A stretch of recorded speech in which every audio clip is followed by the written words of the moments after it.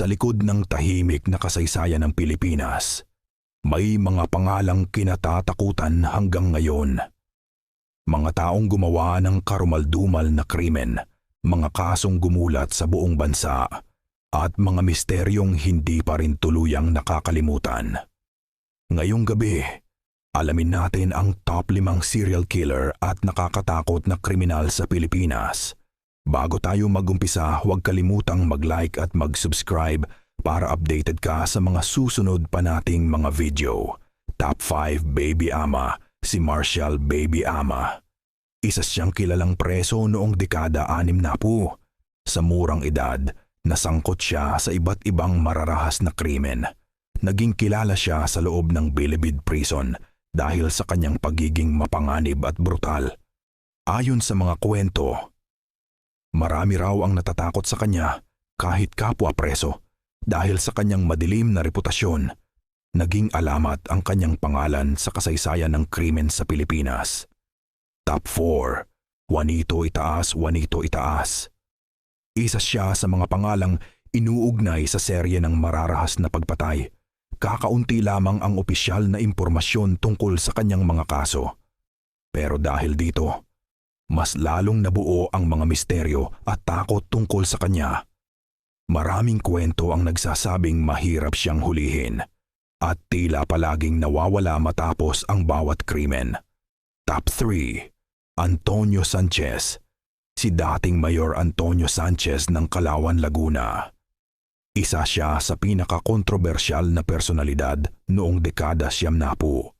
Nasangkot siya sa brutal na kaso na ikinagulat ng buong Pilipinas. Dahil sa impluwensya at kapangyarihan niya noon, maraming Pilipino ang natakot sa lawak ng kanyang koneksyon. Hanggang ngayon, isa pa rin ito sa pinakasikat na true crime cases sa bansa.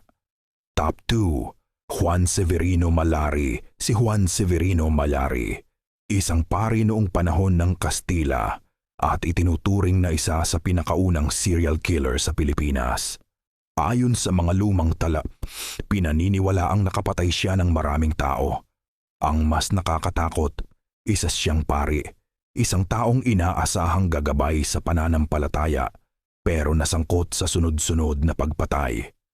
Hanggang ngayon, marami pa ring misteryo ang bumabalot sa kanyang kwento. Top 1. Mga hindi pa rin nalulutas na kaso at para sa number 1, ang mga killer na hanggang ngayon ay hindi pa rin natutukoy. Sa iba't ibang bahagi ng Pilipinas, may mga kaso ng sunod-sunod na pagpatay na hindi kailanman nalutas. May mga biktimang walang hustisya. May mga pamilyang naghihintay pa rin ng sagot at may mga pangyayaring nananatiling misteryo hanggang ngayon. Dahil minsan, ang pinaka nakakatakot na serial killer ay iyong hindi pa nahuhuli. Sa likod ng bawat kwento, may tunay na takot. Mga pangyayaring minsang yumanig sa Pilipinas. At mga pangalang hindi basta mabubura sa kasaysayan. Kung gusto mo pa ng mas maraming true crime stories, horror documentaries, at misteryosong kwento sa Pilipinas, huwag kalimutang mag-like, subscribe, at pindutin ang notification bell. At tandaan, hindi lahat ng halimaw nasa dilim.